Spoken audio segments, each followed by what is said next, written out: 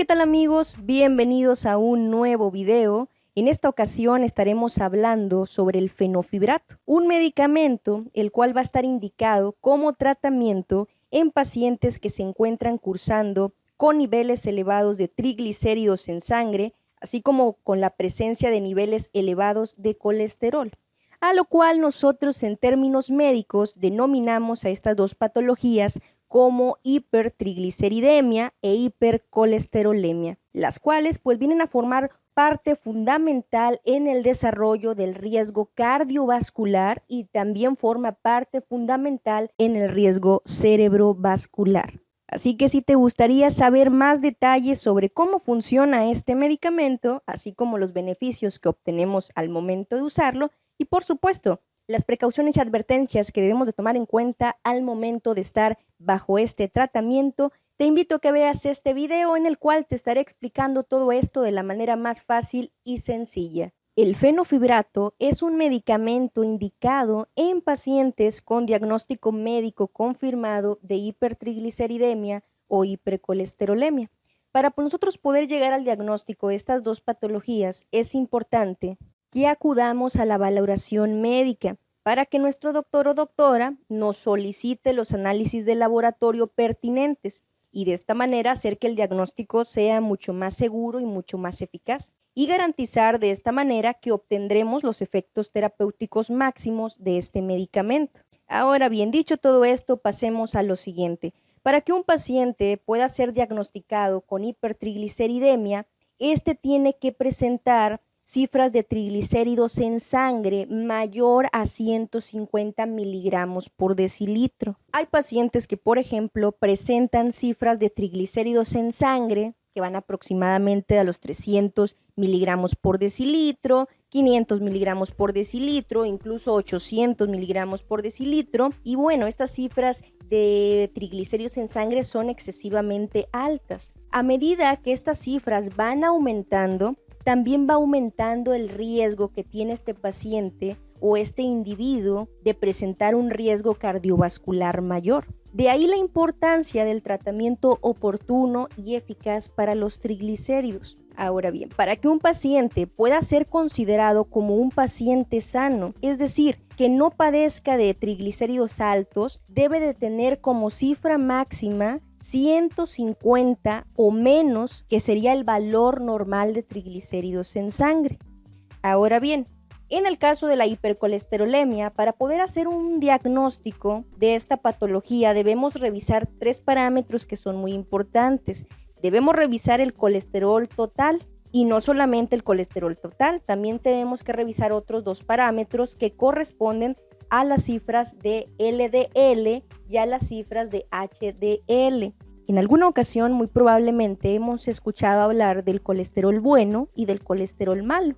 En este caso, el colesterol malo corresponde a la LDL, que son las lipoproteínas de baja densidad, mientras que el colesterol bueno corresponde al HDL, el cual corresponde a lipoproteínas de alta densidad. Dicho esto, vayamos con las cifras. En el caso del colesterol total, para que un paciente pueda ser considerado con esta patología, debe presentar cifras de colesterol total mayor a 200 miligramos por decilitro. Por ejemplo, hay pacientes en los cuales vamos a poder encontrar cifras totales de colesterol que van de 300 o 500 miligramos por decilitro. Al igual que en el caso de los triglicéridos, al aumentar los niveles de colesterol en sangre, va a aumentar la probabilidad de eventos cardiovasculares, de eventos cerebrovasculares. Las cifras de colesterol para que un paciente pueda ser considerado como sano, es decir, libre de colesterol, debe de presentar cifras de colesterol total menor o igual a 200 miligramos por decilitro, que sería el valor normal, las cifras normales para decir que un paciente se encuentra sano. Por otra parte, tenemos que no solamente las cifras de colesterol total van a ser importantes, sino que también es fundamental y necesario revisar las cifras de LDL, las cuales corresponden a las lipoproteínas de baja densidad. Estas lipoproteínas van a estar formando un papel fundamental en la aparición de placas ateroscleróticas. las cuales en términos más sencillos corresponde a la aparición de placas, las cuales van a estar compuestas de grasa, las cuales se van a encontrar adheridas a lo que vienen siendo las paredes de los vasos sanguíneos, tal y como lo podemos ver en esta imagen. Para que un paciente sea considerado con cifras elevadas de LDL, este debe tener cifras mayores a 100 miligramos por decilitro. Por ejemplo, hay pacientes que pueden llegar a tener hasta 160 miligramos por decilitro. Si este paciente además tiene colesterol total elevado, esto va a estar contribuyendo a un mayor riesgo cardiovascular. Entonces, para que un paciente pueda ser considerado como sano, debe de tener cifras de LDL menores a 100 miligramos por decilitro. Ahora bien, continuemos con el siguiente parámetro que debemos valorar, y que estas son las cifras de HDL que corresponden al colesterol bueno. ¿Por qué decimos que es colesterol bueno? Pasa lo siguiente. Hace un momento hablamos de la formación de una placa aterosclerótica como consecuencia de la presencia del colesterol total elevado y del LDL elevado, que es el colesterol malo. El HDL lo que hace es deshacer esa placa aterosclerótica o en su caso evitar que esta placa aterosclerótica se forme. Pero para poder lograr esto debe andar en una cifra normal, la cual va a ir desde los 40 hasta los 60 miligramos por decilitro. Si este parámetro se encuentra en estas cifras, es un parámetro positivo, el cual nos va a ayudar a disminuir el riesgo cardiovascular. En el caso de que un paciente tenga cifras inferiores, como por ejemplo HDL, por ejemplo de 30 miligramos por decilitro, pues aquí es donde entra el medicamento del cual estamos hablando.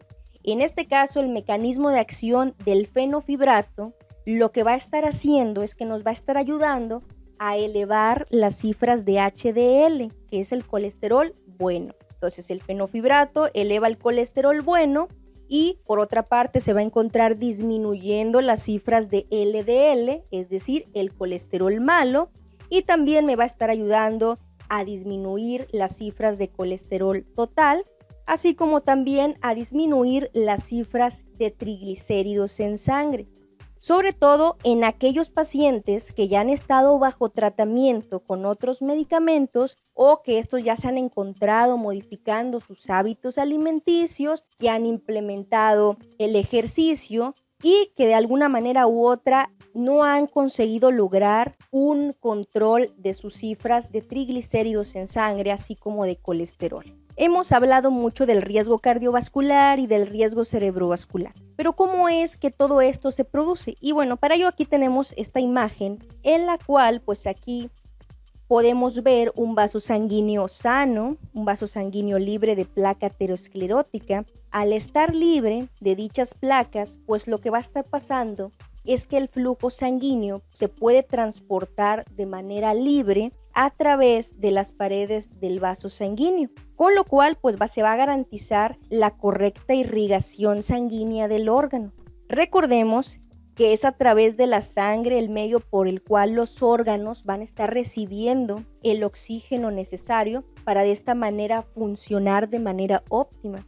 Ahora bien, acá en esta segunda imagen ya podemos ver cómo el vaso sanguíneo ya no se encuentra libre, sino que a través del tiempo y de manera progresiva y sobre todo como resultado de los malos hábitos dietéticos, es decir, la ingesta excesiva de grasas saturadas, de grasas polisaturadas, de grasas trans, aunado a esto un estilo de vida sedentario, es decir, la ausencia de ejercicio físico, la formación de una placa aterosclerótica se va a hacer presente. Esto es a lo que le llamamos aterosclerosis. La aterosclerosis se va a presentar con mayor frecuencia en las arterias encargadas de la irrigación sanguínea de corazón y cerebro. Es por este motivo que se presentan enfermedades tales como lo son cardiopatía isquémica, infarto agudo al miocardio y enfermedad cerebrovascular o accidente cerebrovascular. Enfermedades en las cuales se produce una oclusión parcial o total de un vaso sanguíneo. Con oclusión nos estamos refiriendo a la disminución del calibre de la arteria, es decir, no haya espacio suficiente para que la sangre pase. Esto va a estar trayendo consigo una disminución de la irrigación sanguínea. Al no haber el suficiente flujo sanguíneo hacia el órgano en cuestión, llámese corazón o cerebro, este se va a encontrar sufriendo una necrosis como resultado de la deficiencia de oxígeno. Esto va a conllevar al origen de lo que viene siendo un infarto agudo al miocardio o un accidente o un evento cerebrovascular. Por su parte, el fenofibrato forma un papel fundamental en el mantenimiento de los niveles de triglicéridos y colesterol. Ahora bien, ¿en qué presentación vamos a estar encontrando el fenofibrato? Y bueno, tenemos que el fenofibrato lo estamos encontrando en cápsulas de 160 miligramos. Los nombres comerciales, hay muchos nombres comerciales. Yo en lo personal he utilizado en mis pacientes el Control Lip 160, el cual para mí ha sido un muy buen medicamento, sobre todo en aquellos pacientes que no habían podido también disminuir sus niveles de triglicéridos con otros medicamentos. En esta presentación, bueno, vamos a tener cajas de 15 cápsulas, de 30 cápsulas. La elección de esto va a depender directamente de las cifras de triglicéridos, colesterol total, LDL y HDL. El fenofibrato pertenece al grupo de fármacos denominado como fibratos. Los fibratos lo que hacen es actuar sobre unos receptores. Estos receptores van a ser los denominados receptores activados por proliferadores peroxisomales, los cuales, bueno, pues estos receptores se van a encontrar involucrados en el metabolismo de los ácidos grasos. Más específicamente, tenemos que al ser activados estos receptores, se va a incrementar la lipólisis. La lipólisis va a ser un proceso que va a ser similar a la quema de grasa acumulada. Si tenemos una acumulación, una placa aterosclerótica que está afectando a la pared del vaso sanguíneo, pues lo que tratamos de hacer es retirar esa grasa que se encuentra acumulada en ese vaso sanguíneo y de esta manera evitar que haya una disminución del calibre del vaso. También, por otra parte, se va a encontrar incrementando la eliminación de triglicéridos y también va a aumentar la síntesis de apoproteínas. En este caso, al aumentar la producción de estas apoproteínas, pues estas van a estar favoreciendo al transporte de los lípidos, contribuyendo de esta manera con el HDL, que es el colesterol bueno. El HDL lo que hace, ya lo habíamos mencionado, es deshacer estas placas o evitar la formación de estas placas ateroscleróticas. Como resultado de las acciones anteriormente mencionadas, pues también se va a estar presentando una reducción de las fracciones de LDL y de VLDL, que son proteínas de muy baja densidad. La LDL son lipoproteínas de baja densidad y por otra parte se van a encontrar incrementando la fracción de HDL, que son las lipoproteínas de alta densidad, conocidas como colesterol bueno. Y bueno, continuamos. ¿En qué pacientes podemos usar este medicamento? Como en cualquier otro medicamento, es importante que no nos automediquemos. Esto siempre va a ser importante. Siempre debemos estar bajo la supervisión médica para de esta manera valorar también la evolución del paciente, es decir, cómo se ha sentido con el medicamento y si ha tenido mejoría con este tratamiento. Por otra parte, es muy importante comprobar mediante análisis de laboratorio la presencia del diagnóstico de hipertrigliceridemia e hipercolesterolemia y de esta manera poder llevar la historia clínica del paciente, que también es algo muy importante para poder controlar al paciente y de esta manera estarlo supervisando. También lo podemos usar en pacientes que no responden o que no han respondido a medidas dietéticas o al uso de otros fármacos, como por ejemplo en pacientes que ya han sido tratados con otros medicamentos para triglicéridos o colesterol y en pacientes que han aumentado la actividad física, que incluso han conseguido la reducción de peso y que aún así no se ha logrado obtener ese control en sus cifras de triglicéridos y colesterol. Por otra parte, también tenemos que lo podemos estar utilizando en pacientes que no han respondido a otros medicamentos durante un tiempo prolongado, pacientes que pasan meses bajo tratamiento para triglicéridos y para colesterol. También son pacientes en los cuales podemos estar tomando en cuenta esta opción de tratamiento. Por otra parte, tenemos que hay pacientes con diagnósticos de otras enfermedades asociadas, como lo son pacientes con hipertensión arterial sistémica o con diabetes mellitus tipo 2. En estos pacientes es muy importante que podamos nosotros disminuir las cifras de triglicéridos y de colesterol. ¿Por qué? Porque estos pacientes, al estar cursando con otra enfermedad o con otra comorbilidad, pues esto hace que en ellos aumente significativamente los riesgos cardiovasculares.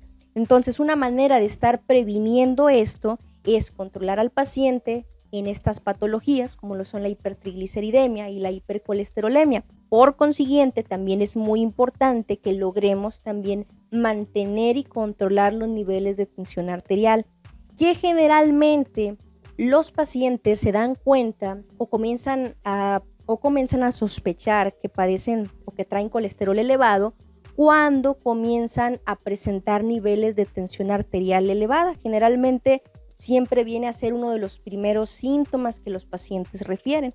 Por esto es muy importante que tratemos a los pacientes primeramente en lo que corresponde al colesterol y a los triglicéridos.